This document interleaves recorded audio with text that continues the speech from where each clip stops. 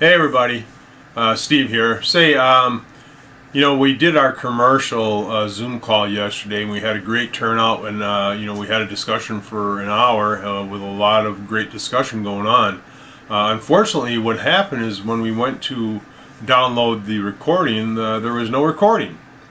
So what I'm doing here is I'm just doing a recap of that commercial Zoom call that we did for members yesterday, and the one thing that seemed to be universal is that it seems as right now it's business as usual for most companies. There are some that had reduced in services where people had a 5 day going to 3 day, and others that have increased service. Which is rather interesting because most of them services they're going in and disinfecting every day and doing some deep cleanings.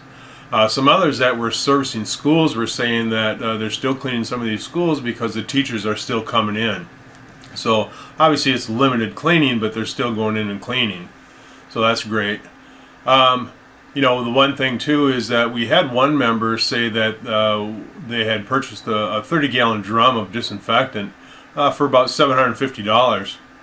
And they were saying that that drum makes 9,000 spray bottles. And what they were doing is that they service their clients, they go in and disinfect. They would actually give them a bottle of disinfectant, and the bottle actually had proper labeling on it and along with their contact information. So when they would have an empty bottle, they would go ahead and refill it. So that was a really great idea. So if you are able to get any bulk cleaners, now would probably be the time to do it. Because we know that many disinfectants you can't find now because they're just not available. There's a shortage. But anyway, that's a great idea.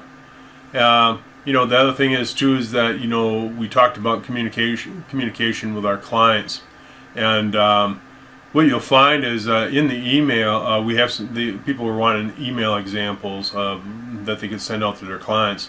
Well, you can actually go to the download library, or in the discussion forum, the discussion forum, and you'll find about, I think there's 3 examples in there now of emails that you can send out to your clients. And it's just letting them know, that we're doing fine, and we're here to help, and these are the services that we can provide, and so on and so forth. So go to the forum, and you can get those. Then. The other thing is too is that people are doing extra services while businesses are closed. They're doing some disinfecting, then they're doing some carpet cleaning, stripping and waxing, and some of these other type of deep cleanings, which is a great time to do that. So think about that. And that's the one thing we've got to do is we got to think about the opportunities that we have now. Don't be thinking the doom and gloom. Which we talked about was, about our attitudes. Our attitudes will really go a long ways.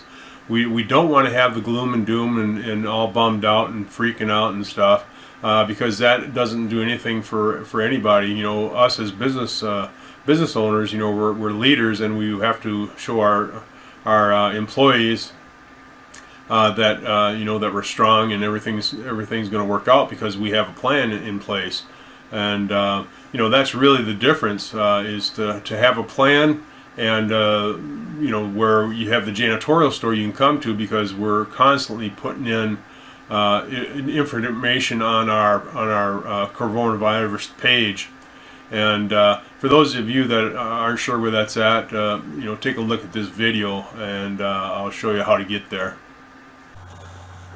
So when you're looking for the page that we have for the COVID-19, just go here to the home page of the janitorial store, and just scroll down to where it says what's new. Then just click on here, coronavirus. Now on this page you're going to find information. We're updating this all the time. In fact, I just put new information on here today about pricing and some other things. So come here and check this out, because we're like I say, we're adding information as it comes out, and it's helpful information. So always check in and go to this page. That's all you have to do. Now, if you're my house cleaning biz, go to the home page, scroll down, and you're going to go to the article index. Then on the article index, just click on the very first item there, coronavirus 2019.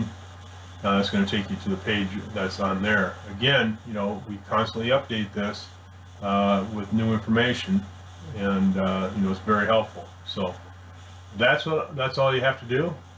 So when you're looking for information on either the janitorial store or my house cleaning biz, just go and visit these pages. Thanks. Yeah, so hopefully that helps you. So we're constantly updating that, as I said in the video, with new information. And what I'd like you to do is, if I forgot any of the information about our discussion yesterday, please go to the main forum and use COVID-19 as a title, so people can find it in a search. And share your information with people, because that's the whole thing about our janitorial store community, is that it's through sharing information with other building service contractors is where we're going to actually help each other and grow stronger. So let's continue to do that. Some other things I wanted to share with you was that again, you remember we were talking about engaging with your clients and things like that. So make sure that you're staying in contact with them and being proactive. That's really important. I've been saying that for the last few weeks, is that we got to be communicating, and we have to be proactive, because that's really going to show your customers what you're all about.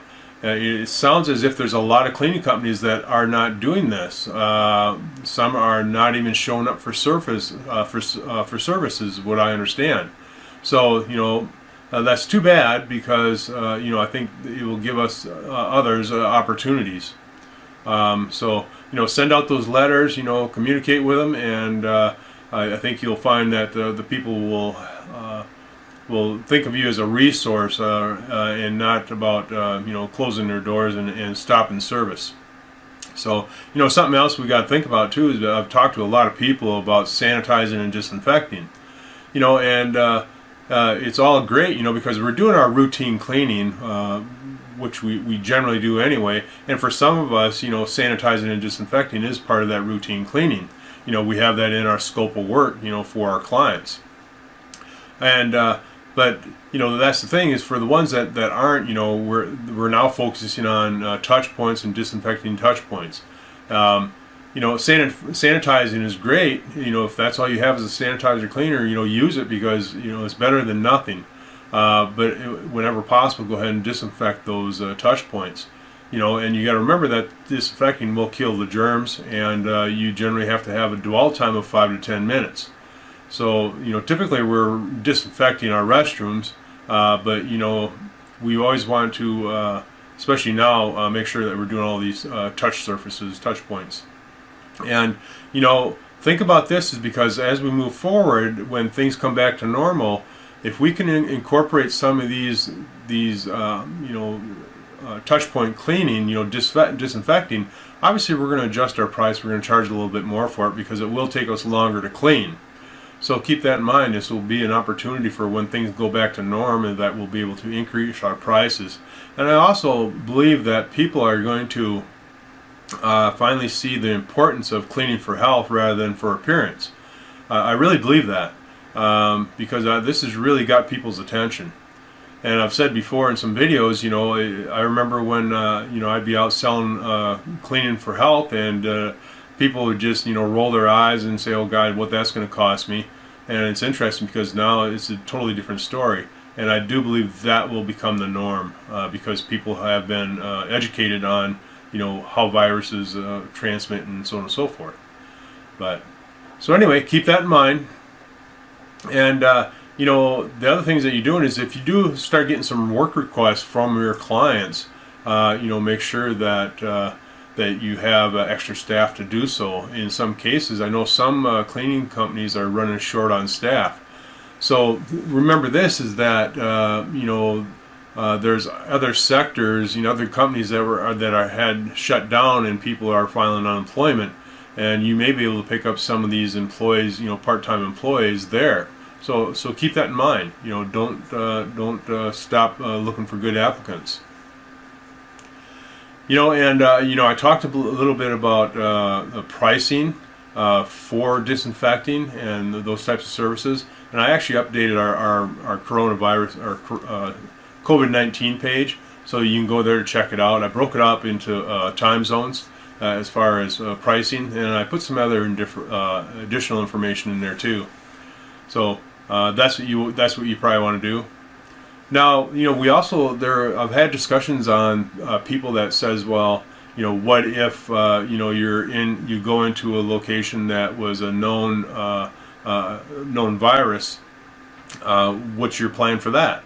Now, some of you may decide not to go in and service those locations, and that's fine. And you may leave it for somebody else that either has the equipment and the knowledge to do so. But for those of you that are actually going to be doing that, that are confirmed areas where the virus is at, you want to have a documented plan. That's very, very important. I can't stress that enough. So have a documented plan as to how you're going to go through this process. And it's very important that if one of your employees does has a confirmed case, you have to file your OSHA 300 and 300A filings. That's mandatory for anything like that. Because it would be a workers' comp claim. But the other thing you want to do too is make sure that you're wearing the proper PPE.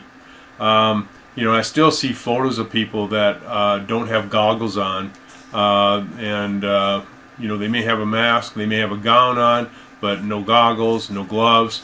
So make sure you have and follow all the guidelines from OSHA for PPE. So I would advise that if you're out treating either spraying or fogging any locations, is to have a disposable hazmat suit on, along with your gloves, your booties, goggles, face shield, and obviously the cover would be on there too. But that'd be the thing to do, because you got to remember you're in there spraying and fogging disinfectant, so you want to protect yourself, as you're performing that task. And sometimes what you want to do is, if you have a known confirmed case of the virus in an area, you typically want to wait about 24 hours before you go into to the location before treating it. And that's just to make sure that everything's settled down and that you're going into a controlled situation. And again, use your full PPE. I can't stress that enough, because I'm seeing people that are not. But you want to do that. Now, the other thing you want to do too is, if you do have a confirmed a case, just handle it case by case. They're all different, and you want to handle them different. It can't be a paper cutter type deal. So, and some people are asking about, do we pay our cleaners extra for this type of work? Well, I would say yeah. I think you'd want to, because again, it's kind of a specialized area. It's new to people for the most part, but it really isn't. But yeah, you should be paying your people, a little extra pay grade in that, just because of the situation. But anyway, I hope that that's about all I got for this. But that's what we did on our recap. We covered a lot of this stuff, a lot of great discussions. And again, I apologize. I don't know what happened with the recording, but it didn't record.